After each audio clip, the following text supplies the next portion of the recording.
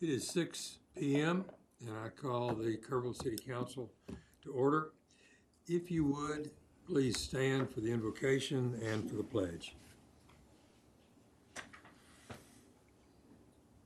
Lord, we come tonight and our town is at a very different place. There's a lot of fear, anxiety, concern, maybe confusion. And Lord, I ask you to give us great wisdom, discernment about decisions that are made in this and any of our other meetings. Lord, we want to help people. And there are some folks that are really hurting. Think about our businesses. Think about the restaurants. I think about families that are figuring out what they can do with childcare and how they explain to children the changes that we're all seeing. Father, I pray especially for our healthcare workers and others that are working, some just night and day, to make sure that we are safe and that we are healthy. But Lord, this is a time when we really come to you and ask for your help. In Christ's name, amen. Amen. Pledge allegiance to the flag of the United States of America and to the republic for which it stands, one nation, under God, indivisible, with liberty and justice for all.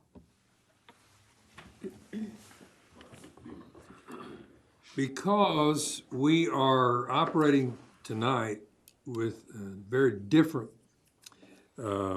procedures because of the COVID-19 illness, we'll be taking calls and emails and other ways that people will communicate with us.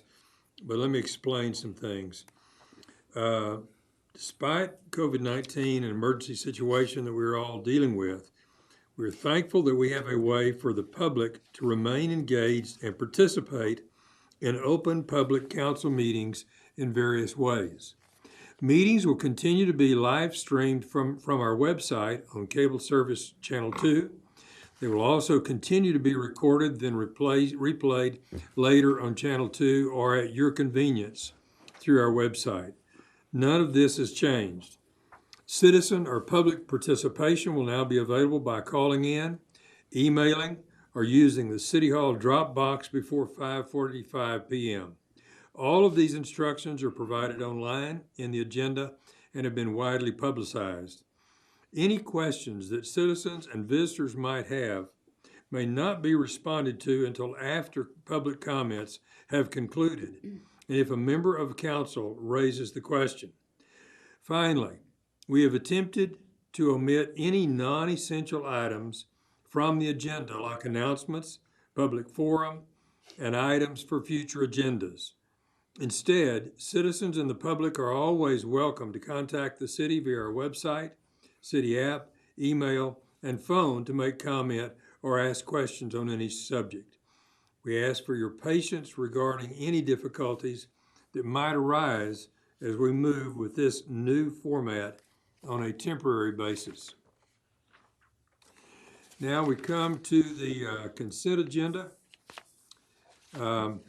Unless a council member pulls an item or someone has signed up to speak on a consent agenda item, then all of these items may be voted on at one time. I will say that 1B, related to the downtown parking garage, has been pulled by staff, and E.A. Hoppy will explain that to us, please.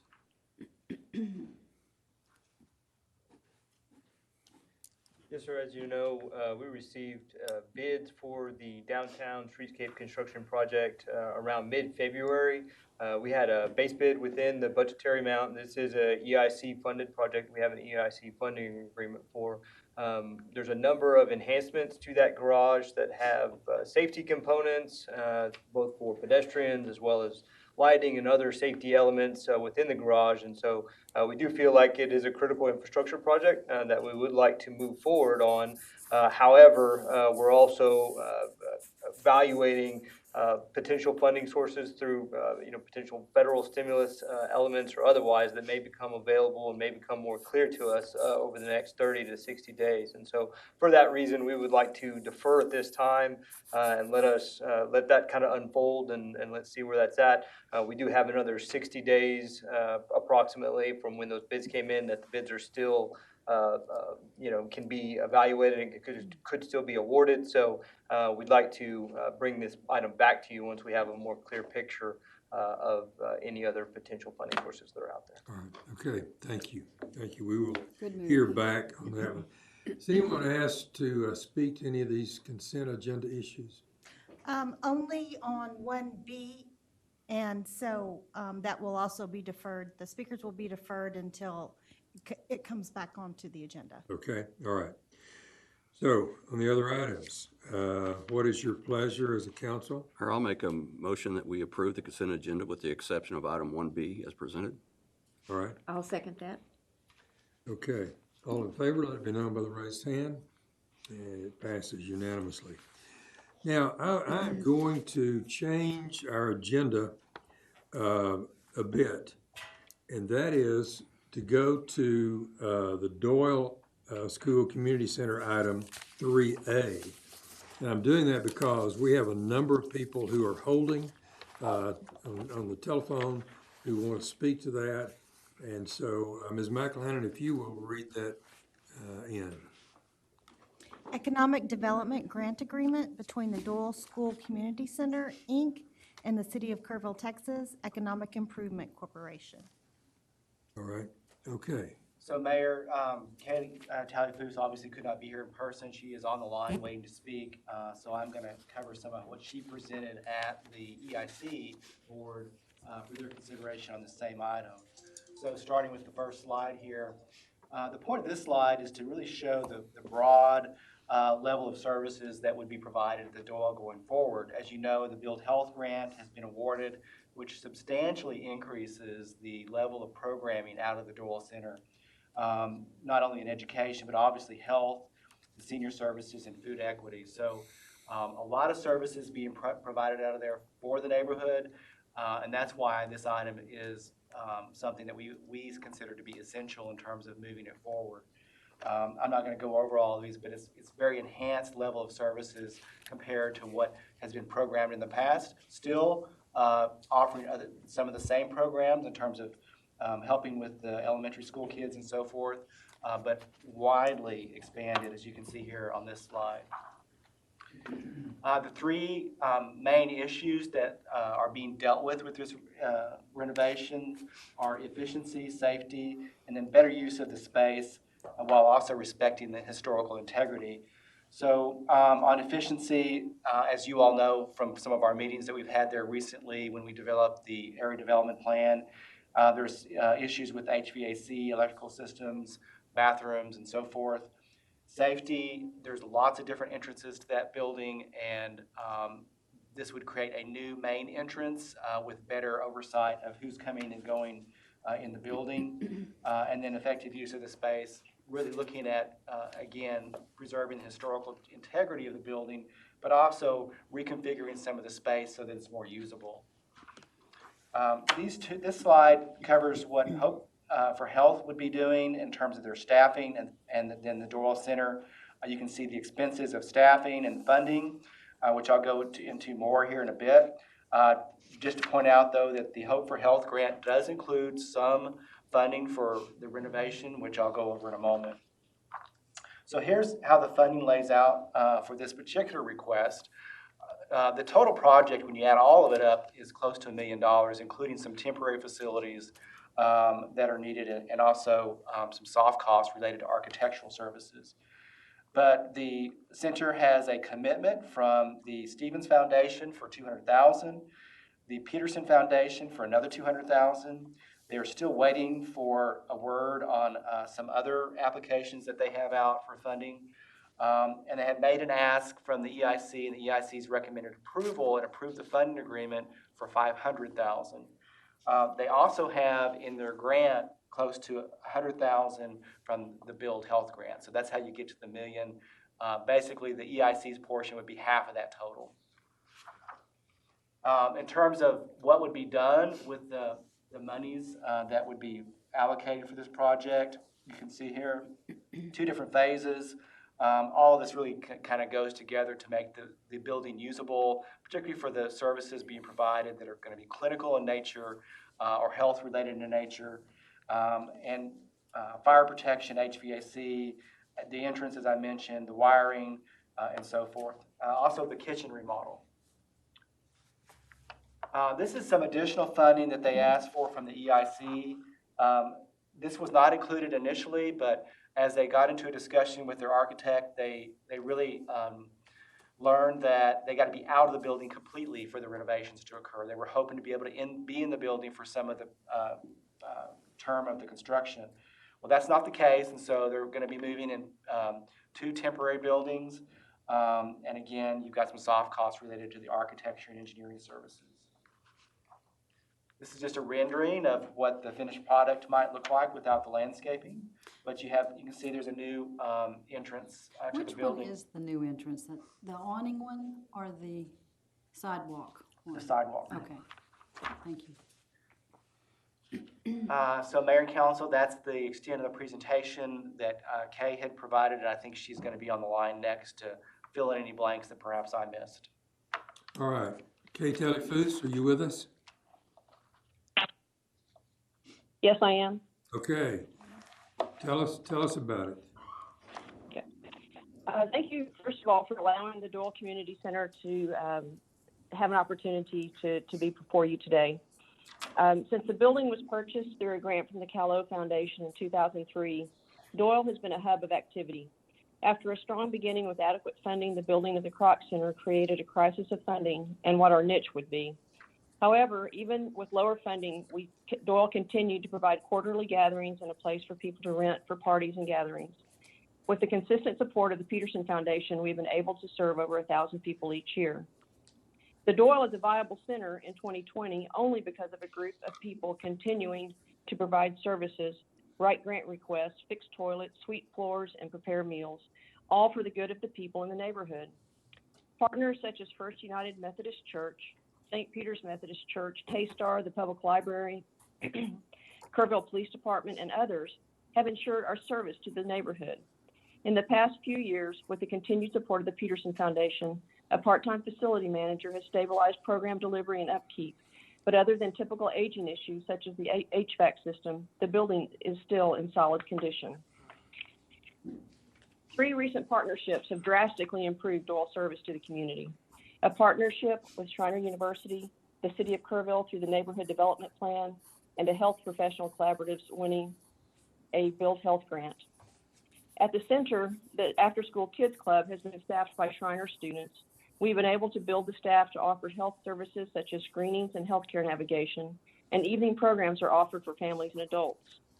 Now that the COVID-19 virus is creating uncertainty, the relationship with Peterson Health via the Build Health grant will prove to be valuable for our residents.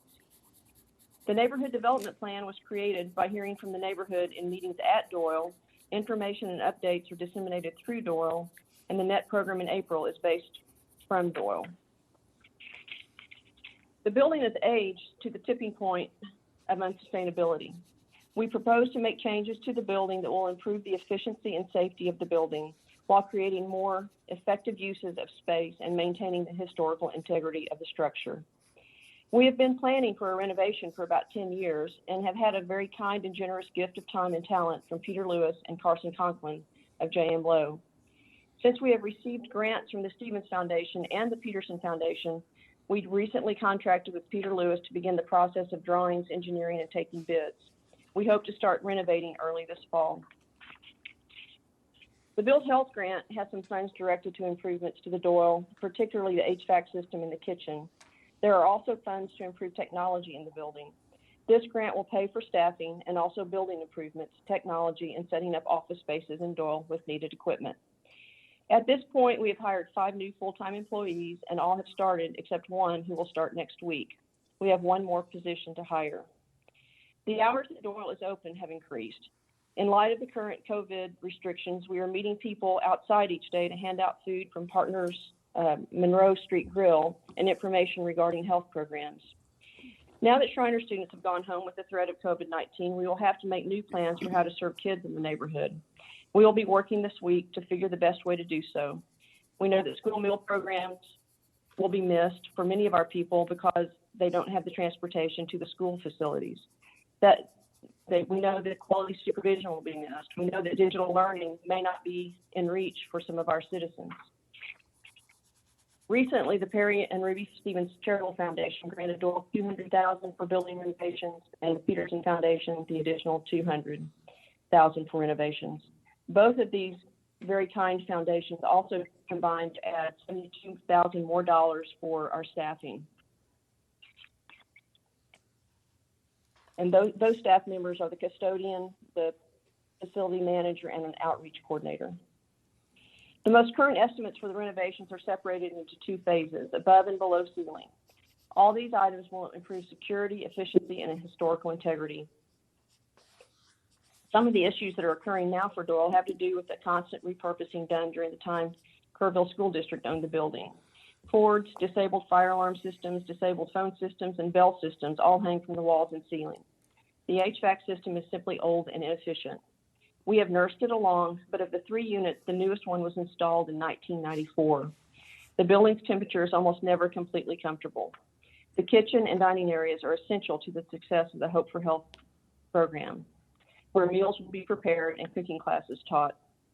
The biggest security issue is that the front entrance was removed and made into storage, so there is no central entrance. This creates security issues since many doors are difficult to monitor. The front door on the Barnett Street will be reestablished and the other doors made to be locked except for emergency egress.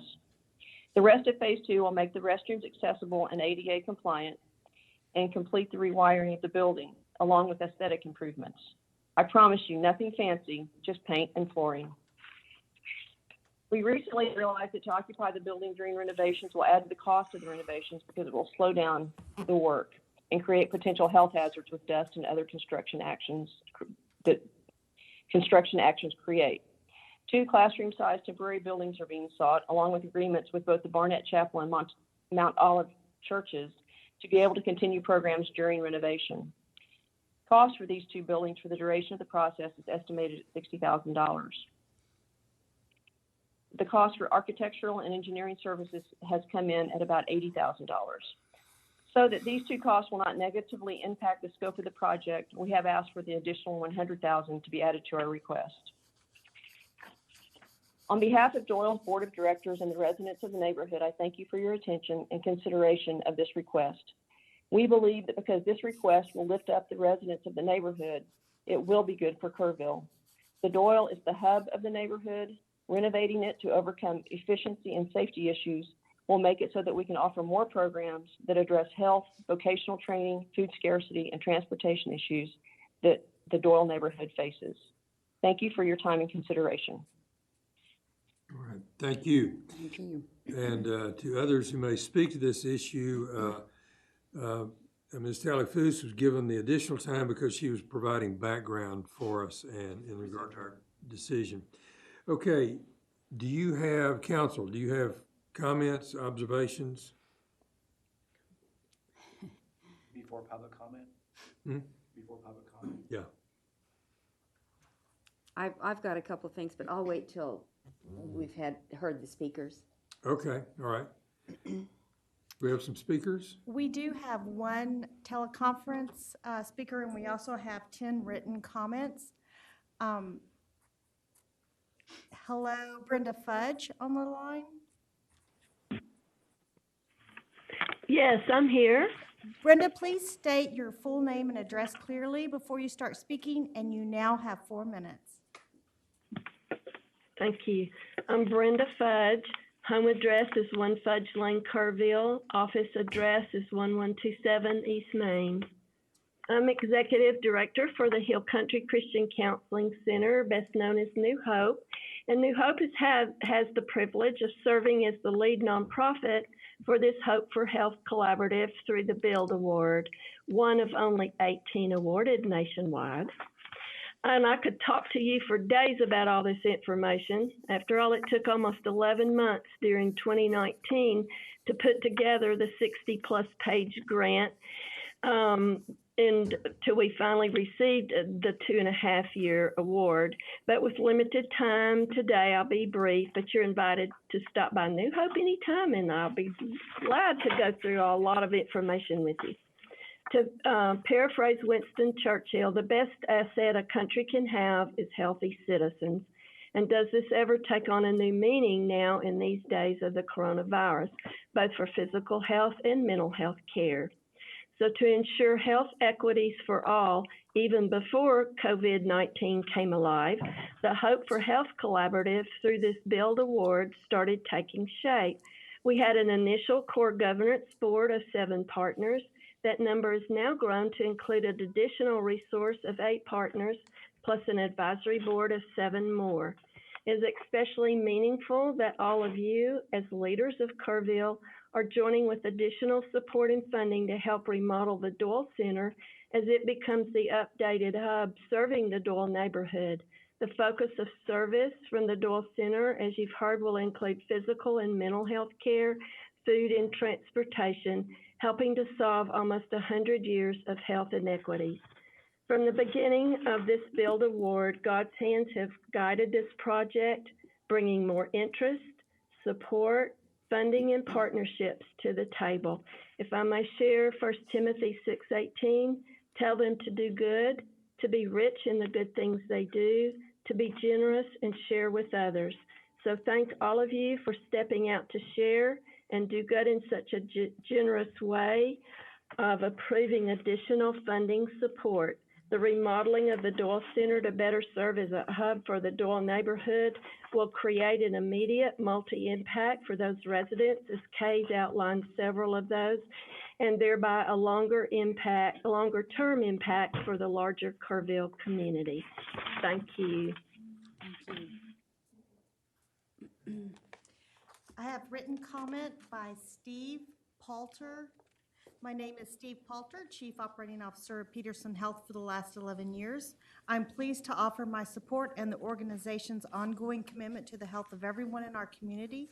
In this instance, the project to refurbish the Doyle School Community Center is a particular promising effort to promote the health and well-being of an at-risk part of our city. Recent research has demonstrated that access to medical care is only one of the detriments of health, meaning that other supportive elements of social life make a big difference in the opportunity for good health. Income, employment, education, housing, race, gender, and stable family life all contribute to the likelihood of a long, healthy life. This project to restore the heart of the neighborhood, along with the Build Grant and other initiatives, significantly improves the chances for connection to education, constructive socialization, nutrition, and medical care. Without this support, our neighbors and friends will miss the opportunities available to others in our community. Right now, right here, we have the chance to improve lives. At Peterson Health, our mission is exceptional, compassionate, patient-centered care to promote health, avoid disability and disease, and support the best possible environment for health and long life meets our mission and helps heal our community. We are proud to support this effort. We are committed to building together with everyone in our community. Thank you for the opportunity to help our neighbors.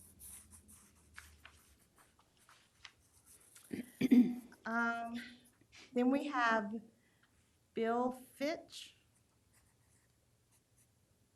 Good day. I read with interest the agenda for tonight's meeting, and I note the following. I'm wondering if you contacted the people here in Kerrville who are already out of work to ask them if they would like to see the parking lot beautified, or perhaps they would like to prefer to use that money to feed their children or pay their rent so they and their children can continue to sleep indoors. Or have you asked those same folks if they would like to see the wonderful improvements on the Doyle Center, a truly worthy cause, or would they like to eat and have a place to sleep? I just have a sense that our priorities are out of place when we consider spending $750,000 on these items at this time rather than the residents of our city during this time of national crisis. I will watch tonight to see who wins, the parking lot, the Dole Center, or those in Kerrville who has lost income as a result of this crisis. From Marguerite D. Scott Johnson.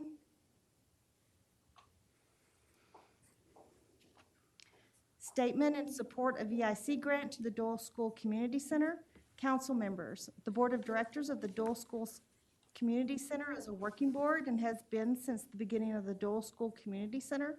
Those of us with longevity on the board kept the community center financially in the black through the economic stressors of 2008 to 2010 while offering limited and quality programs to the neighborhood. Yes, we wore our winter coats during board meetings when there was no heat and sweated in the summer when the air conditioning was not working. In fact, heating and AC still are not adequate in the building. This is because the units are old, inadequate, and there is a large hole in the ductwork. Our diverse board is dedicated to the Dole School Community Center offering services and programs for the range of ages and needs in the neighborhood. Please approve the EIC grant so we can do so much more for this good neighborhood and the community at large. Thank you sincerely, Meg Scott Johnson. Next one will be Peggy McKay. Peggy McKay, 103 Westchester.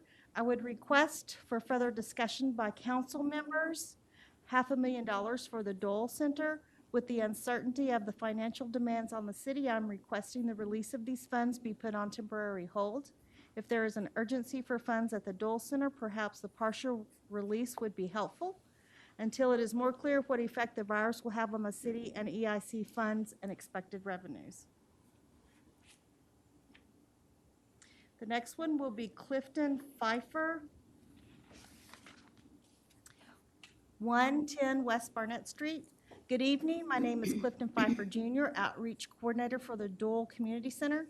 There is a quote, God does not give us what we can handle, God helps us handle what he has given. The EIC, through your generosity, you have given the Dole community a great gift.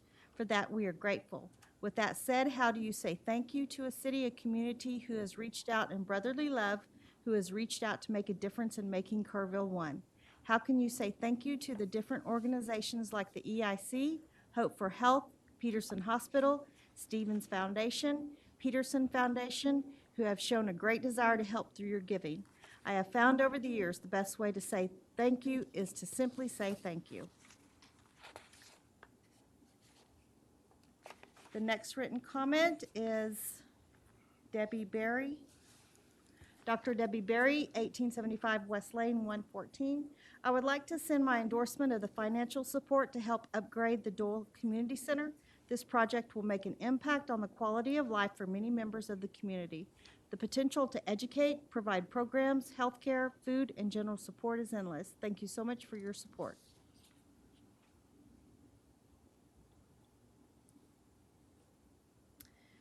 The next written comment is by Karen Maddox.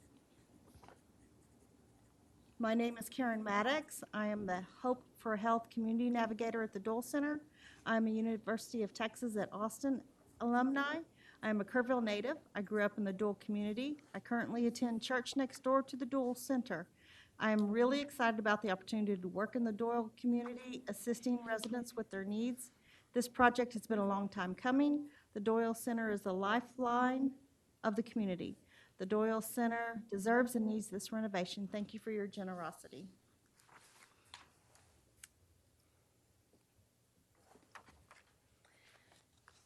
The next written comment is by Katie Givens, 160 Rum Road. My name is Katie Givens, the new project manager for the Hope for Health initiative, serving the Dole community. I want to express my sincere thanks for the ongoing support and consideration of $500,000 to help fully renovate the Dole Community Center. As you know, through the dedicated work of a volunteer-run board of directors and half-time facility manager over the last decade, the Dole Community Center has housed programs serving around 1,000 people annually. With the recent influx of funding and community partnership that has been formed through Hope for Health, we are now positioned to provide needed services addressing food scarcity, health access, and transportation for Dole residents. The renovation to the center are desperately needed to provide an efficient and safe space to carry out Hope for Health services. In the next 2 years, we anticipate the number of residents served to double or even triple if approved to receive this funding. Thank you for coming alongside us in this capacity.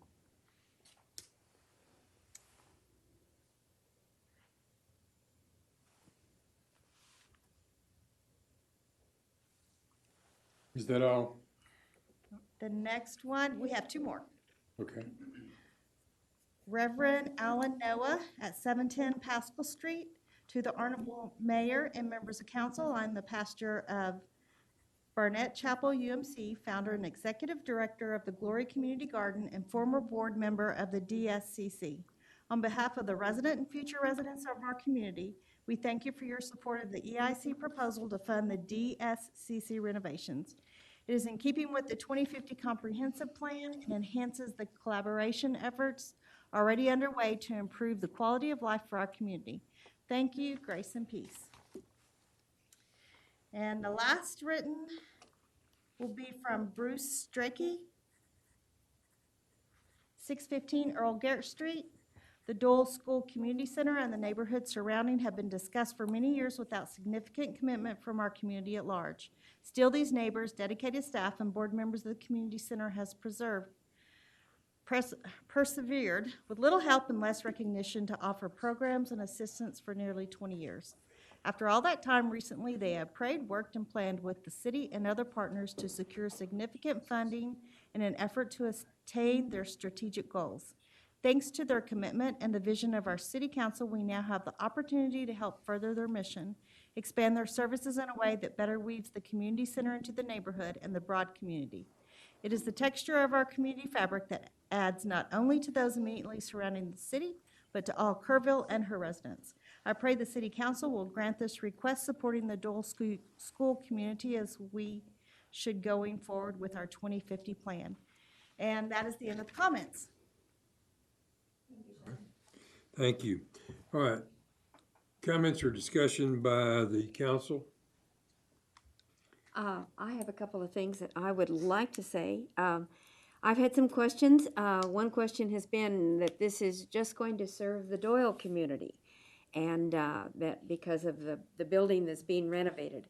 And that is not true. This is going to enhance our entire community. One of the requirements for the BUILD grant, which is really what started all of this, was that Peterson Health had to be involved.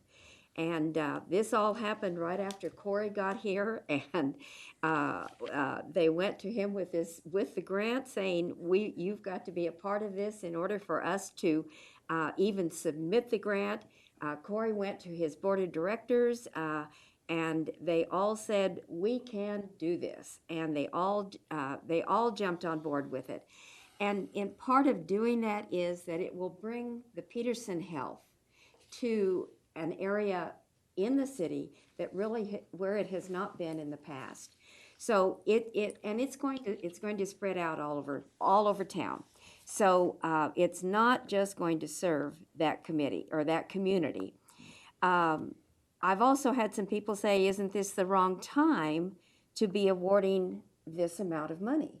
And it is a lot of money, and there isn't anyone who is going to deny that.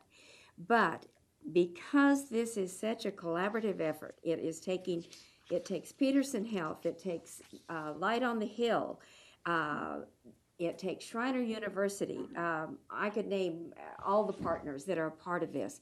It is a citywide partnership. And so, yes, it's a lot of money because of the environment we're in right now, where everyone is looking at all kinds of money very carefully. But the money is there. I think maybe EA, you might even address that for us in a little bit. That's been another question. But this is going to make a difference in our community, not just in the Doyle area. So we need to take the risk. We need to do this. And there's a lot of things that are built on this that if this doesn't happen, there's a lot of things that are going to go away and fall apart if it's not done. And I would just like to add that in light of what I've seen happening in the last 3-4 weeks, and the things that we need that we didn't need prior, like childcare and extra hospital room bed settings and things like that, I can see where this investment in this community building could aid in that. Had we done this before, we might be using the Doyle Community Building for some of those very needs. So I think it's an investment in our future in that way as well, and we can see that more clearly now than ever when we've been faced with maybe lack of hospital rooms or a place to set up special daycare for the nurses.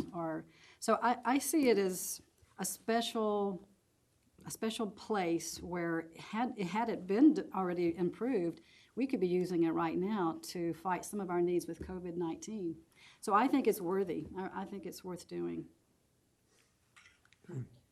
I just, to comment, would say, you know, as someone that was born and raised here, this is a long underserved community. We all in this room had the chance to go there on more than one occasion while we were building that area development plan. I hadn't been there since kindergarten when I went to school there. But this is such a collaborative effort, and the words I heard are children, education, health, food, community. And all of those words go hand in foot with what we're looking at as a community right now, what's important when we decide what are the essential and important things. I'd like to commend everyone and all the partners who have worked EIC for looking carefully at this and considering, and just so proud of everyone that's had a part in making us look at this issue and be at the place we're at. EA, do you want to speak to this I can particular? actually cover that. So Amy did a cash flow projection. She does that every month for the EIC board. And with this project, assuming normal collections on sales tax, which I'll talk about in a minute, they're going to end up with $2.5 million at the end of next fiscal year, even with this project and all the other obligations they have as far as debt service, their administrative contracts, any payments that are outstanding to contracts that have already been executed. So they've got money in the bank right now, and they've got more that would be coming in, and not really big obligations going forward, because we're past really most all the big projects at this point. Now, if we have a downturn and we figure, less collections, then it's going to be, a lower number than that, but it's still money that's already in the bank right now, even today, to cover this and a lot more. Okay, all right. Okay, do I hear a motion in regard to 3A? I'll make a motion that we authorize the city manager to finalize and execute the economic development grant agreement. And I'll second that. All right, a motion second. All in favor, let it be known by the raised hand. Okay, and it is unanimous. Okay, let's go back to the 2A, and if you'll read that in for us, Ms. McElhannon.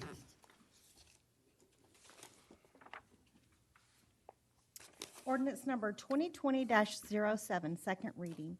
An ordinance amending Chapter 60 of the Code of Ordinances, City of Kerrville, Texas, which adopted zoning regulations, use districts, and a zoning map in accordance with the city's comprehensive plan. Such chapter more commonly known as the City Zoning Code, by changing the zoning and classification of a property located northwest of and adjacent to Spur 100, more commonly known as 199 Spur 100, and comprising approximately 15.51 acres, from a medium-density residential zoning district, R2, to a residential mixed zoning district, RM, providing a cumulative clause, providing for severability, providing an effective date, ordering publication, and providing other matters relating to the subject. And we do have one written comment on this All right. item. Okay. All right, Mr. Paxton. Thank you. As Ms. McElhannon mentioned, this is the second reading of an ordinance for approximately 15.5 acres to rezone from R2 medium density to RM residential mix zoning district. On February 6th, the Planning and Zoning Commission recommended this for your adoption with unanimous vote. First reading at City Council on March 10th was approved. And with that, I'd be pleased to answer any questions before or after public input. Okay, any questions from the council? All right, okay. We have public comment? Yes, sir.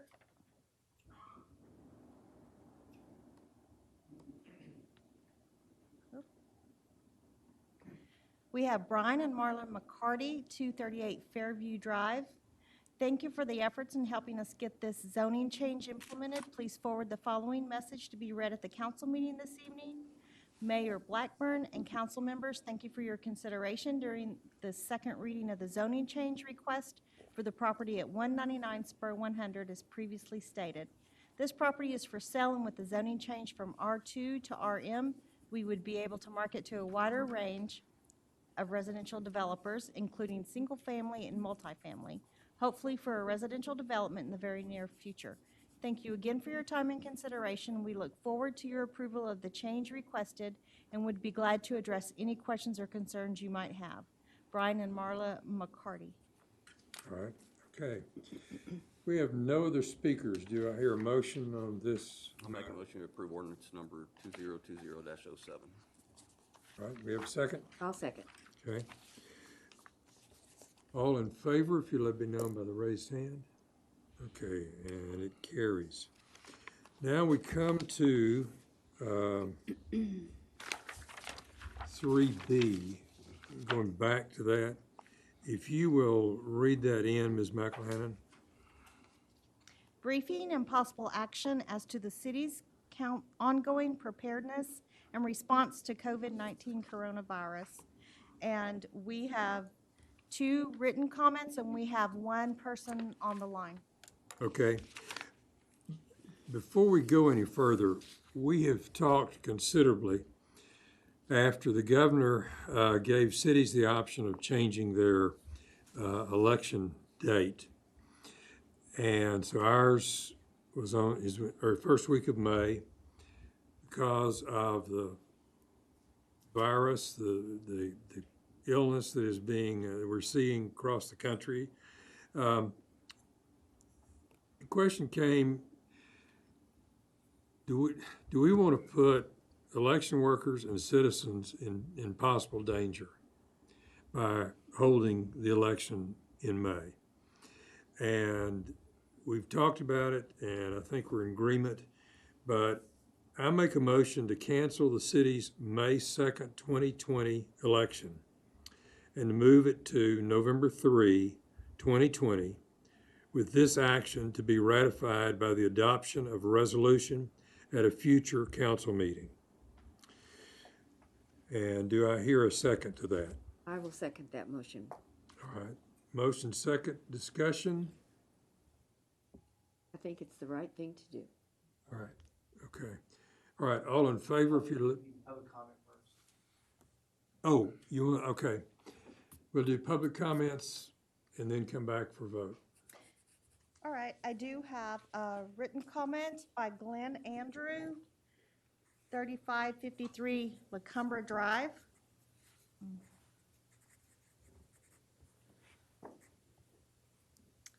My name is Glenn Andrew, 3553 LaCumbra Drive. My purpose is to support the option of delaying the city council election until November 3rd, 2020. And also I wish to share my deep appreciation and respect for each city council member and for the entire staff of our city. While I have long had respect and appreciation for the council as a team and as individual council members and also for the entire city staff, my respect and admiration has grown significantly in these troubled times. While watching a replay of the Friday morning council meeting, several comments and actions are worthy of sharing. I encourage every citizen to watch the meeting replay from Friday, March 20th to catch a glimpse of the amazing individuals we are blessed to call city employees, city leaders, and Kerrville City Council members. Let me share some of the examples to demonstrate the wisdom and hearts of our city leaders. The city staff continues to provide essential services and are doing so while placing themselves and their families at risk of exposure to this hideous infection. Trash is being picked up, fresh water is being provided, and sewage processed. And the city is a leader in the citywide preparedness planning, which is being executed for us all. And in a wonderful demonstration of compassion, essential city services will not be terminated for lack of payment. The city is approaching those who are experiencing life-changing financial impact and working out a payment plan to enable these individuals to continue to receive water and sewer services. This act makes me proud to call Kerrville home. The council are leading by word and deed. The council continues to meet and act on necessary city business, especially efforts focused on this worldwide pandemic and its devastating economic impact. These 5 individuals, mom, dad, husband, wife, grandparents, businesswomen, and men, are in public, exposing themselves to the disease, not recklessly but professionally, for yours and my benefit. They are volunteers and are deeply concerned about our welfare. The council is meeting and making necessary decisions, but they are also volunteering to be on task teams to address the growing food shortages for marginalized individuals, addressing the child care conundrum created by parents needing to work in school closures, how to help the numerous Kerrville not-for-profit address emerging needs, serving as the city spokesperson and leader delivering critically needed information and facts to a stunned citizenry. The city council could have withdrawn and only acted as legally mandated, but this team of 5 goes the extra miles, even at personal risk, and their willingness to forgo their pay for their service and vector it towards citizens who are facing financial crisis only further demonstrates their care, their love of Kerrville, and true servant leaders' hearts. So I say thanks, city staff, city leaders. You make life here so much better in the good times, and now are amazing in these very tough times. And to the city council, Mayor Bill Blackburn, council members Gary Cochran, Kim Clarkson, Judy Eichner, and Delane Sigerman, you lead by word, deed, and acts of selfless service. Thanks and thanks. Here are many e-hugs from Lita and me. Thank you, Glenn. The next written comment will be Peggy McKay, 103 Westchester. Item concerns on the virus discussion. At last Friday's special meeting, I understood that today council would vote on delaying the May election until November. Though I was only able to get a quick glance at the agenda, I do not recall seeing any mention of this election. What is the status of our election? And then we have one speaker that's on the line. George Baruti, are you there? Yes, I am. Hello, please state your full name and address clearly before you start speaking, and you now have 4 minutes. Okay, it's George Baruti, 1616 Glen Road. Through this difficult time, it's hard to know how to lead, but thank you all for at least stepping up to do so. I'm going to reiterate the same comment I made last meeting, or the meeting on Friday, which is as the public is told what we're supposed to do to alleviate or slow down the spread, we're still not getting much information on how we're going to handle the impact of doing this, such as the schools closing and our jobs being closed and things like that. I would urge you all to give us more than just a little bit of understanding, but also give us some direction on what the expectations are that we're going to be facing with that. The next thing was, on Friday, you guys discussed the disaster declaration, and both the city attorney, Mr. Hayes, and Councilmember Clarkson referred to Section 13 being the one that listed the city manager powers. But in the declaration that's posted on the city site, it's actually Section 12. And so I was just wondering if what was posted on the site and what was approved the other day are different for some reason. And then the other thing was, in that declaration, the city manager is given the power to, or authority to, approve general expenditures up to $500,000, and was also given, the city manager was also given the authority to terminate or suspend any event, whether it's on facilities owned by the city or not, that is or may negatively impact the health, safety, and welfare of persons within the city. Both of these needs will, I think everybody would agree, are going to be rarely implemented. And as such, there would seem to be no real particular need for council to defer any of their responsibilities of oversight. This is not about the integrity or trust in a city manager, but about the integrity and faith in a government of checks and balances, as well as direct accountability to the public. And the Texas Government Code 551045 actually gives the ability of council to pull together a special emergency meeting with only 1 hour's posting notice.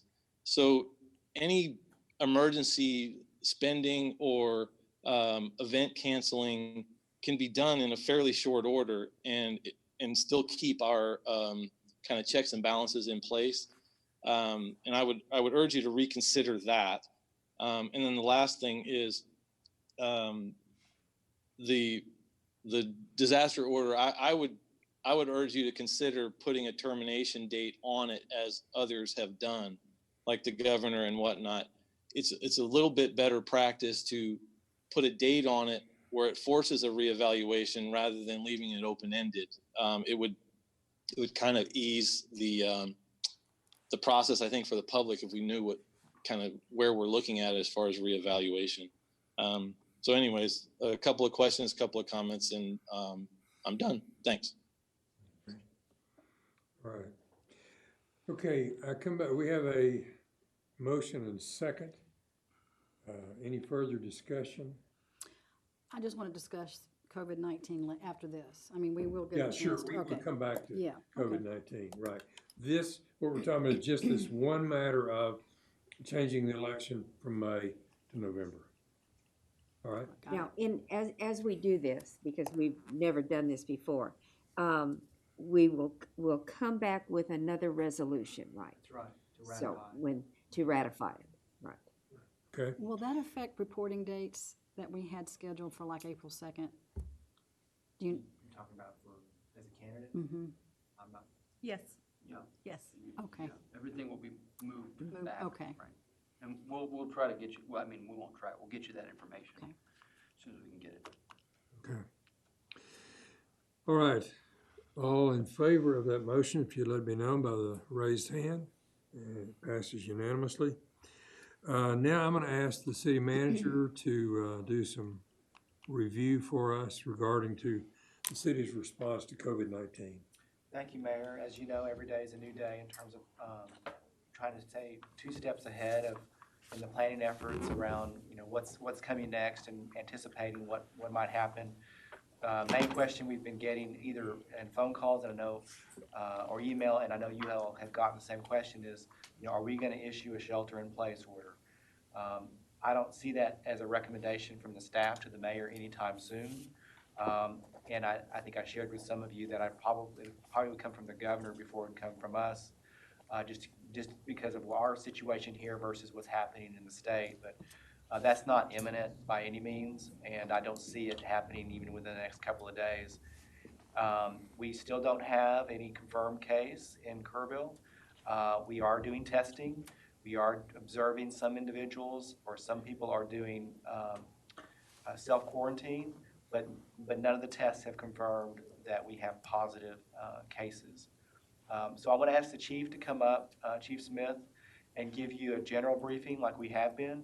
And then I'd like to ask all of you the work that you've been doing, whether it's on food or it's working with daycare and planning for that, or working with the nonprofits and the foundations and small business, to please just give a report out of the activities that you've been undertaking. So, Chief?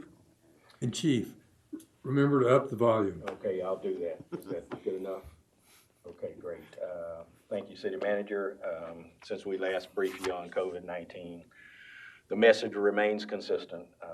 Good hygiene, social distancing, and avoid groups of 10. That's the best way to prevent or stop the spread of this virus. The City Manager basically talked about, but what we're seeing is some states and major metropolitan areas, or such as San Antonio, Bexar County, they're doing what they call amendments to their declarations, stay home, work safe measures, which is basically directing their residents to only leave home or there for exempted activities and exempted business, such as health and safety activities, obtaining necessary supplies and services, outdoor activities, and to work at an exempted business. As the city manager said, Governor Abbott has not issued such an order at this time, and he's basically left that decision to individual municipalities and counties. You should have in front of you the latest situation report for the city of Kerrville. And we don't have the last report numbers, but the numbers continue to grow. And to give you an example of what that looks like, in the U.S. alone, since we met with you all on Friday, the numbers in the U.S. have grown by 23,074 confirmed cases. An additional 275 deaths in the state of Texas, in the U.S. And then Texas numbers are an additional 469 confirmed cases, an additional 4 deaths. So we have a total of 9 deaths in the state of Texas at this time. And once again, as the city manager said, although there are still known or confirmed cases of COVID-19 in Kerrville and Kerr County, we continue to heed the governor's direction, which is basically we need to prepare and not panic, and respond aggressively. And I think we're doing that to do our part to help flatten the curve. I also shared with you on Friday that our department heads had rolled out plans to continue essential services that's been mentioned tonight, for the actions we would take if this pandemic affected a significant portion of our workforce. On yesterday, all city lobbies were closed, and although the city remains open for business, we've encouraged all customers to use alternative methods such as phone calls, emails, and online services. With the change in service delivery methods, new employee policies, and the completion of alternative staffing plans, we are now officially operating in phase 4 of our pandemic plan, which simply means we're at a high level of readiness with our personnel, equipment, and facilities. The call center was mentioned. We continue to average about 30 COVID-19 related calls per day. Yesterday, the most frequently asked question was the city open for business? We answered that with a yes and provided them the alternative methods. Today, about 30 calls, predominantly, most of them has been stay home, work safe. Is the city going to do that if and when, if there's plans to do it? Finally, I want to announce to you a project we're working on with Peterson Regional Medical Center, and that's to get a COVID-19 testing center in the city of Kerrville. It looks very promising at this time, and let me describe to you what testing center actually means. If you think you have or have been exposed to the symptoms, you still go through the process. Contact your primary care physician, urgent care, or PRMC. Preferably, what they're asking is by phone. At that point, if the individual checks all the boxes and meet the criteria in the screening process, the physician will issue orders to schedule an appointment at the testing center. Laboratory swab will be taken at the testing center and sent off to be examined by a laboratory. If it's confirmed to be COVID-19, then the treatment will begin. One thing I want to emphasize, if we're successful in getting this testing center here in Kerrville, it's not a show up and can you test me? You have to meet the criteria that we've outlined, in the process. So with that, I'll answer any questions you might have for me on COVID-19. Now, are you saying to go to that Peterson Testing Center, you need to go through your physician? That's correct. Either your primary care physician, Peterson Regional Medical Center, or urgent care, and we're actually, the second piece to that is we should have some direction in terms of what happens with the uninsured. There's a mechanism now to be able to get testing for the uninsured through DSHS, but we're going to try to work that out here at the testing center also.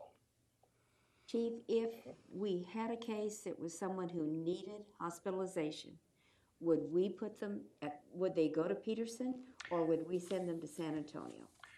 Not necessarily. They could be asked to remain at home and be treated there. Right. They could be hospitalized at Peterson, or the recommendation may be to send them to San Antonio. So anyone depending upon. Okay. So realistically, is the difference between having a testing facility here and then sending what we do now, which I believe is sending a swab sample off to San Antonio? Well, the swabs will still have to go, we'll leave Wait, Kerrville wait. for a laboratory test. They will leave Kerrville for that, okay. And Chief, they've talked about all these things that are on the news, that the nose swab now, that is supposed to be faster and easier and that type of thing. Any information on that, or as to what type of testing would be done? That would be a little out of my lane to try to explain that process to you, so I better stay away from that one. Okay. Okay, other questions for the chief? Oh, I just Thank have you. a question, I'm not sure. Oh, go ahead. No, I was, thank you to you and your staff, and what you're doing. The It's ho- been a team effort the for the hos- entire city. How's the hospital holding up as far as, are they having to work extra hours? Are they staffed? Are they able to keep a staff of adequate numbers? And From the meetings that I've been involved with Peterson, I think they're doing pretty good. You know, they've not hit a surge capacity. We haven't seen a burden on our EMS system. There's no confirmed cases in Kerrville. While the numbers are increasing in the state of Texas, they're not increasing to the extent that it's actually burdening our EMS system, and I haven't heard that it's having that type of impact on Peterson either. thank you. Okay. All right, we'll hear from the city manager. Nothing else, Mayor. I just want to, again, ask the council to let us know what y'all have been doing. At the last council meeting, you all kind of asked for a role in this, and I already had ideas about what you might want to do. And out in the community, that the things that the staff doesn't typically do, and, you know, we're running the city, and you guys are out there in the community doing things that really aren't typically city responsibilities, even though there's a lot of collaboration. So I know there's been a lot of work done or started by you all. It'd be nice to kind of get a report, Mayor, from what everybody's doing. Okay, and I realize some of you, being council persons and in your business, you may not have had much discretionary time, but anybody want to jump in? I have some things to talk about that are kind of exciting. Because of my homeless involvement and my research on the homeless, I got to know a lot of the nonprofits a couple of years ago. And with my report later is a list of those nonprofits. So anytime you want to pick up the phone and call them or get in touch with them, that information will go to the call center as well. But I just was going through my list on Friday, and I called Red Cross out of the blue. And the gentleman who answered the phone, I said, "How are you? I'm Delane Sigerman. Is there anything we can do for you from the city?" He said, "Yeah, I need a pallet of water bottles." And so I said, okay. I was just at Walmart yesterday. Of course, things changed in 24 hours, but they seem to have a lot of water. Let me call Walmart and see, I'll get back to you. Well, no one answered at Walmart, so I drove over there. And I walk in, and the very first person I see is the manager, Robin. So I said, "Hey, Robin, I had my council member badge on, so I said, this isn't for me, but I'm trying to help Red Cross out today with pretty decent amount of water bottles because they haven't been able to get their allotment from San Antonio. They have food for families, but they don't have the water. And this all stays here in Kerrville." So she said, "Well, let me go check the warehouse." Sure enough, she had a half a pallet of water bottles. So she said, "If you'll have him drive around to the back so there's not a mob bringing it through the store, we'll just load him up in the back." So he had his Red Cross emergency truck, and he drove around to the back. And you know, we couldn't really hug each other or shake hands or anything, but he was very appreciative. And it's just one of those things, everything clicked. You know, I met the manager, she was very receptive. He answered the phone and said immediately, "This is what I need." So I was thrilled. Salvation Army, I spoke with them today. They need twin sheets. So they have 20-something plus beds. They don't have to be children's sheets. They can be just regular, plain, vanilla twin sheet sets. You can take them to 855 Hay Street. They're open from 8 to 4, Monday through Thursday. Or you can give me a call and I'll pick them up. I have a friend of mine through the homeless involvement. She has been making sack sandwiches for homeless every day, 5 to 6 packages of lunches. And she's been knowing now where a lot of them congregate with safety in mind. She's been placing these sack peanut butter and jelly sandwiches where they can get them, and you know, no one asked her to do it, and she's just really interested in helping these people out right now because I feel like they might slip through the cracks sometimes. I just want to thank Walmart because they really, met our expectation that day, and it was very rewarding to see our community coming together like that. I have a lot of other things to talk about later, so I'll let the rest of the group report, but I'm encouraged, and I hope y'all are too. Well, I'll go ahead.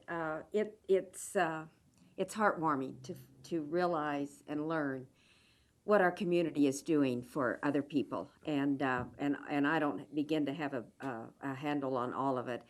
The Dietert Center, their doors are closed, but they are continuing to serve Meals on Wheels. They send one hot meal and 4 frozen meals to each of their recipients on a weekly basis. In addition to that, those recipients, even though there's not somebody coming to their door every day, they get a call. Is everything okay? And so they're checking on them, making sure that everything is good with them, which is just a great thing to do. HEB donated, I think we'd heard that they had donated, I think, $3,000 worth of food to keep the Meals on Wheels going.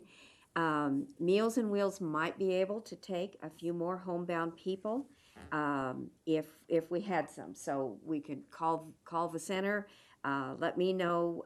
We'll get those people in touch with them. Their needs would be more volunteers and donations to purchase food. Mount Wesley Light on the Hill and the Mustard Seed Program.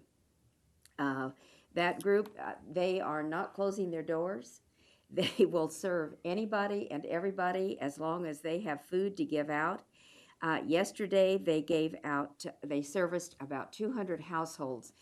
They have volunteers coming in, they're bagging up the food, and then they do a drive-by. So they're taking the food, putting it in the trunks, and off they go. So there's not any close contact there, but they reached about 200 households and about 550 people yesterday. Today, Light on the Hill went into the Doyle community and delivered. They bagged up the food again and delivered in the Doyle area. Light on the Hill will continue to be open every Monday, and as I said, as long as there's food to share, they won't turn anybody away. Their food comes from the San Antonio Food Bank, and they're working on how to facilitate the mobile pantry in April with the San Antonio Food Bank. Their needs are volunteers, food, and donations, again. The Methodist Health Ministries, under the direction of Light on the Hill, is gathering supplies as they can. They're trying to get the masks, gloves, all those kinds of things that they can give out. Another very, very interesting group is, in connection with Light on the Hill, a lady by the name of Rosalie Reist, and some of you will know her, and she has started a sewing mask group. And what they are doing is, and they need volunteers who like to sew. They need the material. They've used everything they can use from Hobby Lobby and from Hometown Crafts. And they'll tell you how to do it. They'll send you the directions on the internet. And what they're using these masks for, they go over the regular masks that the hospitals are using. So they can, and they're being asked for them all the time. They don't have enough to give away. So, and we can probably put on our website, we can put that information. I think this is a great ministry. And so that's another one that, and they're doing that in connection with Light on the Hill. The Red Cross, you had gotten with them. I had gotten the same thing, but you got them taken care of. They are also giving out assistance cards for financial assistance, and they're supporting the first responders, and probably here and other places. Harbor Freight, I hope some of you saw that email. They are providing the N95 masks, face shields, and gloves to hospitals. all over. And that email came from the owner of Harbor Freight. And I think that is super, one of our newest businesses. At the Doyle Center, they put up a tent today with the basic information, with flyers from the CDC and from Peterson, trying to get information out to them. Anybody can drive by to get it. This is what you need. There's an individual by the name of Lee Howard who has offered to deliver a basic sack lunch in the Doyle area to 25, 30 kids a day. He said, you give me the lunches and I'll do it. So this will supplement the meals from KISD. I've talked to Atmos and Aqua Texas, and they have both assured me that, like the city and KPUB, their utilities will stay on regardless of the status of any payment. I've had a call from Dr. Cardwell at the Kerrville Vet Clinic, and he said, your pets are important. He said, we want you to know we're here for curbside. They'll pick the animals up from the car. If they need emergencies, they'll take them in. Kind of like the hospital, they're not going to let you go in with your pet. But he said, we're here, we're taking care of emergency things, so come see us if you need to. And the Daily Times would like to do a rural delivery of the weekend paper. They'd like to be able to get the information that we're getting that comes on that, especially on that front page. They'd like to get that out to the rural community. It would go out to about 15,000 households, and the cost would be about $5,000 to $6,000. So they'd like to be able to do that every weekend during this crisis. They're looking for a donation if somebody would be willing to step up and help them cover that cost. Would that be per weekend? Well, no, I think $5,000 to $6,000 would do the Would be whole the- thing. Yeah, okay. would take care of it for several weekends. So, I just think our community is fabulous, and our churches are stepping up. We know that. A lot of places are closed. We know that, but in the background, they're doing other things. So, I think we're blessed to live where we do. So, thank you for all that time. All right, thank you. Good information. I'll be quick. By the way, Lee Howard is one of the owners of Monroe's over in the east I hadn't part of made that town. connection. And I'd heard of what he was proposing. I would just say that in meetings with community leaders from the large organizations and institutions in this community, I have been very pleased because of the compassion, the planning, the cooperation has been very solid. In regard to Light on the Hill and their food operation, I got to be in on Saturday bagging canned goods that were then went out to the people that were driving through, and that was a very well done operation. This morning I met with several other individuals talking about help for local businesses. We've already got some restaurants that are really having a tough time. And we're going to have more businesses that are. And we've got to put our heads together to know what we can do, because otherwise we're going to come out of this hopefully sooner rather than later and have lost some businesses, have lost potentially some neighbors, some friends. And there's some ideas generated, and there will be more that are. In regard to the restaurants, I'm trying to do my part. Since Friday, I've been to 5 restaurants, not to sit down and eat, but to get things, buy a meal out or a couple of meals for me and Dina. And I've done gift certificates and so forth. And today is the National Day of Ordering Out. Takeout Tuesday. Takeout. So it's 7:14. When we finish here, you've still got time to get something else to eat. So, okay. Any other word? Mine is more of a grateful heart at this point. I was blessed when I spoke to Mark about wanting to see what I could do for families and children, and he brought me to a place where on Thursday I'll be able to meet with representatives from Shriner, KISD, Peterson.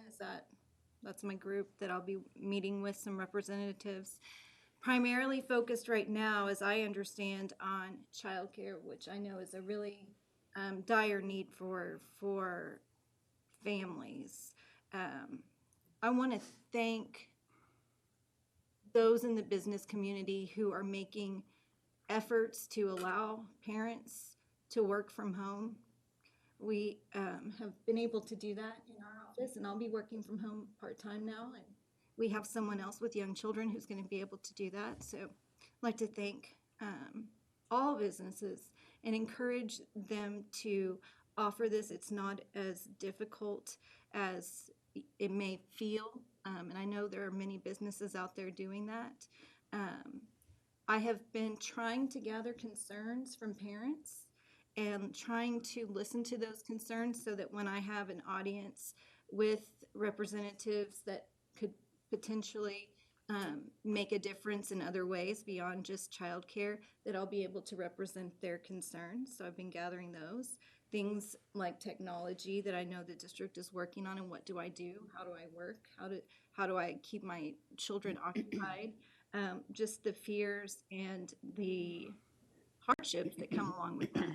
And tonight I heard about the Doyle Center and the difficulty with meals and then what's being done. So Judy or Kay or whoever I can reach out to and see what I can be part of there. I'd like to thank my friends, people that have been so thoughtful during this time, that have brought me plants to plant with my children, and people that are posting resources and just trying to find ways to help families. So what I would say is I will know more this week. I want to represent families in the best way that I can. So I would encourage anyone with a family to reach out to me and let me know what their concerns and their needs are so I can represent those needs. Very briefly, just Mr. McDaniel kind of tasked me with touching base with our food supply pantries. Some of it's been reiterated already. The three primary ones are Mustard Seed Ministries, CAM, and St. Vincent de Paul. I actually visited the CAM site yesterday afternoon to get some feel for that activity level. I mean, the volunteers are just amazing, just really uplifting to be there and listening to them. I also spoke with Beth Palmer with the Mustard Seed Ministries and John McCullough with St. Vincent de Paul. All three agencies basically have the same story. As of that day, they had enough food, but they all emphasize how quickly that can change if they don't keep the deliveries coming in from San Antonio Food Bank. They're giving away lots of food. As Judy said, about 200 families up on the hill. St. Vincent de Paul did about 40 families, which is well above their normal average. CAM didn't really have an estimate. They said they'd had a big rush early on. When I was there, it was a little bit slow, but they were expecting another rush toward the end of the day. In response to my question, what can we as a city or city council do to, they didn't really have any specific request. I did leave information with all of them. Call us. We're here for them. We want to support them. They all just said we need food, and we've got to, we're so dependent upon the food bank out of San Antonio. I did reach out to our contact down there, Mario Bledo. I don't know why, but he seems to be kind of busy, and I couldn't get through to him. I can't imagine that. I'm sure they're just absolutely swamped. I've tried to leave messages, and I can't even leave messages. I'll continue to reach out to him, and I'll get through to him and just make sure that he knows that it's how he knows it, but I want him to hear it from a city council person, how much we appreciate them and what they're doing. Mayor, just one other comment, the spots that you've been doing with different folks in the community about what's going on and how the community is being served seems to be going very well. Today, they filmed a session with HEB, so you'll get latest information about what HEB is doing to make sure they've got product on the shelf and food in the community. And we're going to continue with that series. We want to talk to the KISD and others, and just to keep getting that word out about what's happening in the community. And then the call center has been really a nice pressure release valve for people that don't know where to go to get their questions answered. We've got one of our stars over there, Coy, to be fielding questions, and nobody has more contacts and knows more people than Coy. So she's doing a great job for us and working with the fire department to get the best information, and Stewart as well. So we're going to keep at it and doing whatever we need to do as this thing progresses. And I'm afraid that we're going to see things get a little worse, if not more worse, before it gets better. And we're prepared to do that. And we'll continue to keep you all posted and keep you posted in whatever way. And I forgot one thing. Could I say one more thing? In this time of quarantine and isolation, a pet, even a fostering of a pet, you don't have to have a permanent adoption, but Kerrville Pets Alive had provided to me ways to get in touch. And just to remind everyone that the Loop 534 shelter is still open for pet adoptions. But I've actually thought about maybe fostering, because it is a real comfort to have an animal at home, but I'm not sure I want to have one over a next 10-year period, having just lost my little dog. And I'm not quite over that grief, but I think it's something to think about for those that are home alone without any companionship at all. So something to think about. You can just go to the website, Kerrville's Pets Alive, and you can learn all about that. So, Can we give some of these numbers to Stuart to? Yes, we'll include them on the website. Yeah. Yes. Okay, I'll be short, but I did want to say this, and it's just something from my heart. I don't know who's watching tonight, but just something that happened in our family last night. And what I wanted to share was, as we're talking about all of these communities, all these groups, pray for our kids too. I've been so busy trying to logistically figure out what's going to happen and how are we going to make this work, that I realized I hadn't had those heart-to-heart conversations with my kids. And when my kids came to me crying last night, worried about their friends, worried about school, and I realized that I hadn't talked to my son about exactly what this virus was and the impact that it was having on him. So I know that if you're a parent and you're listening, you're probably having those conversations, but just a reminder, they may not say the words to you, but it's on their hearts and their minds too. So make sure we're having those conversations with our kids. That reminds me of one thing, and then we'll move on. My 6 grandkids in Hewitt, west of Waco, put together door hangers, and they went around their neighborhood, not contacting the individuals, but leaving door hangers if someone needed their yard mowed or something else that they might could do. And they've had a good response. Good They've idea. met some neighbors. Yeah, we could use some help. I mean, moving some rocks. And All right, let's move on. Mr. Mayor, I did have one question, and it doesn't have to do what we've been talking about here. Because we're moving everything further down, the sheriff's runoff race will be, there's a date set for that, right? It's in July. Shelley, do you know the date? I believe it's July 14th, but I can't. Okay. Yeah. Okay, so it'll be there, I and then believe. the other will follow. Okay, thank you. Let's move on to the homeless report. Okay, it's interesting. This report's been kind of put off several times for good reason, and I think maybe it was meant to be, because there's probably not a better time now to know who your nonprofits are than now. So back in 2018, I became interested in how many homeless we had, where they go, what they need, and how do we help them. So I started out searching, and literally had to go to all the different ones, because there's not a central location for them where I could go to one place. I know interagency does collect that information, but it would be nice one of these days to have a place where you could just go and be directed to where you need to go. Anyway, I reached out to the community and said, is anybody else interested in working with me on a citizens interest group to see what we can do in Kerrville for homeless? Well, I had about 20 people show up for the first meeting, and that was in February of 2019. And they were from all walks of life. I had KISD representatives, I had the VA, I had recovery representatives, I had a real multitude of leaders from the community that were interested in doing more.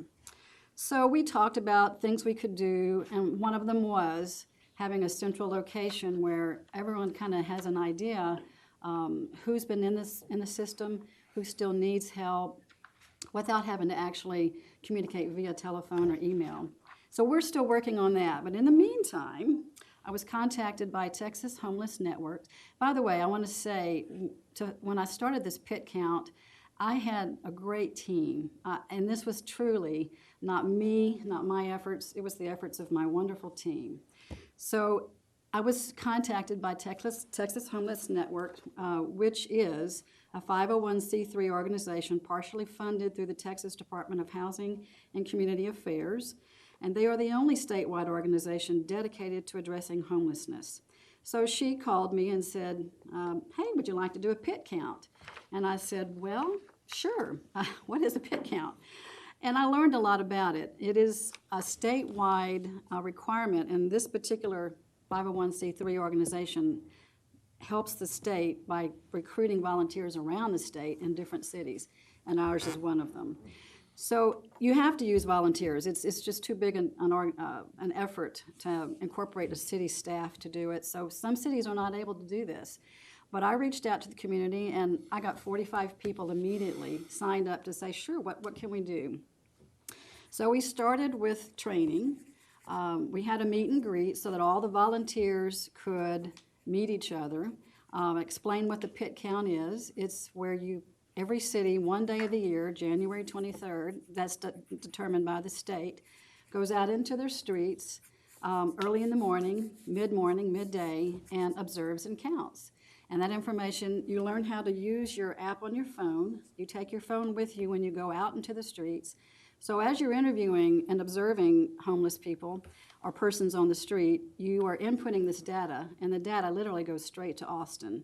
So it used to be a clipboard and a piece of paper, and it's fast forward. Literally, they can have this data the next day. So we had to train how to approach homeless people, how to use the app, the do's and don'ts. We had the police department come and talk to us about some tips. We had a webinar training session, which none of these volunteers went out without. It was one of the requirements I had. If you were going to go out and count, you had to have taken the training. We had donations. One of the things you do when you do the pit count is you take a goodie bag with you. So regardless of how much interviewing you get to do, you leave something with them. So we got the bags donated. We got the contents of the bags donated. We got people helping me put the bags together. We ended up with 50 bags. So this picture here that you see is about 28 people. And out of the 45 that we had originally signed up, we ended up with about 30 that could actually go out and count. And with the assistance of KPUB and the city of Kerrville donating our vests, we were fully prepared with our flashlights, our phone app, and our security gear. And we, like I said, we left, the library had allowed us to use this staging room, which is kind of convenient because a lot of the homeless people do kind of congregate around there. So we broke up into teams of 3. That was another thing. There would never be just 1 or 2 people. We tried to have at least 3 people in a team. So that worked out real well. The team I was in, we met 4 homeless people like within 15 minutes. And they were all, and I heard this from other counters, very willing to talk to us, very patient, they didn't seem to be alarmed or intimidated. And they gave us a lot of information. The questions are things like, where are you from, Kerrville? What brings you to Kerrville, and what can we do to help you? What brings you to be here in this situation? The first question you always ask them is, where will you sleep tonight? Because that's really the determining factor as to whether they are homeless. They do consider people living in cars homeless. So one of our teams went to Walmart and counted like 12 different people living in their trucks, cars, vans. And that's one of the things that's changed now. Because Walmart has changed their hours, it has affected some of those homeless people who would go in right before closing time and use the restroom one more time and go back to their car. So that's not happening anymore. So, all these things are little details, but they do affect people's lives. A good story, one of the women that was living in a car there, Salvation Army has just been able to get her into an affordable apartment, and she's moving in this weekend. So that was a team effort too. The Salvation Army had a lot of assistance with that. So you might ask yourself, what are the benefits of this count? And I'd say the first benefit is this data supports the state's approval of the grants and the funding for a lot of these nonprofits. And the second thing that I think is a bonus is that all of these people in this picture were from all over the city. They didn't come from just one neighborhood or one area of town. They're from all places in the city. So they became friends because it started in November and this took place in January. And we had a lot of communication between that time. So, it was kind of a cute, really wonderful community experience for all of us because if you were fortunate enough to interact with one of the homeless, you just felt like you could have done something to help them directly and indirectly, because the directness is you left something for them and they know someone was reaching out. Indirectly, the data will help them as well.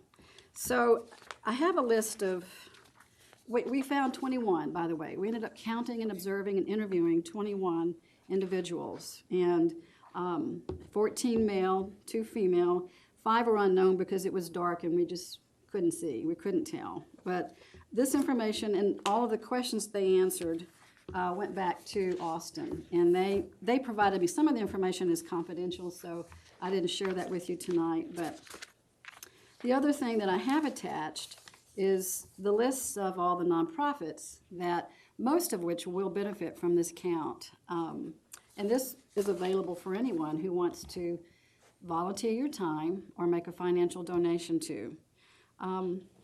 So I want to thank my team. I want to thank Carol Milberger, Gary Powers, Kathy Turner, who were the great team to work with. I want to thank KPUB for donating the vests that we're wearing. Kerrville Police Department showed us places we could go so that our teams had maps. City of Kerrville, the library, Laura Bechtel and her staff were just incredible. They helped us set up all the electronics and provided us whatever we needed. David Barrera also helped with getting us some vests. Mrs. Lois Shaw's Sunday school class from St. Paul's United Methodist provided a lot of the donations in the goodie bags. A lot of my friends from Comanche Trace and my neighbors brought me tons of socks. Believe it or not, socks was the hit in the goodie bag. Remember, this is January, so a lot of people are needing socks. Larry Howard let us use his event center for our meet and greet. But there were many, many other volunteers behind the scenes who helped with little details and big details. And without them, we couldn't have done it, but I'm very glad we did it. And we hope to do a summer count, and we have other things planned. So if you have any questions, I'll be happy to answer them. Your list of resources is great. Yeah. Really. Well, what I would say that I learned through all of this is that Kerrville is doing a lot to help homeless people who want to help themselves. And that's really the key, because there are those you just can't help. But there's probably 1 in 10 or 1 in 20 or whatever the number is that wants to get better, wants to get back on track. And that's what we hope to find, are those 1 or 2 people that, or more, that want to change their lives and get them back on track. Thank you for a great job. Observations. You're welcome. Yeah, thank you. Very thorough.